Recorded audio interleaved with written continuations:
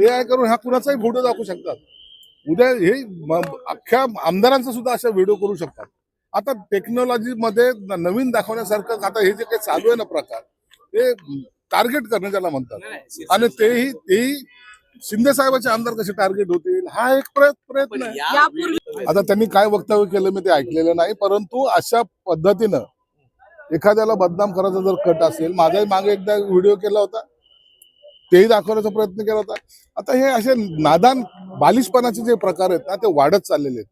आता आम्ही म्हणजे लोकप्रतिनिधी सुद्धा कसं याला फेस करायचं हा एक प्रश्न आमच्या समोर आहे. महायुतीमध्ये आम्ही आहोत.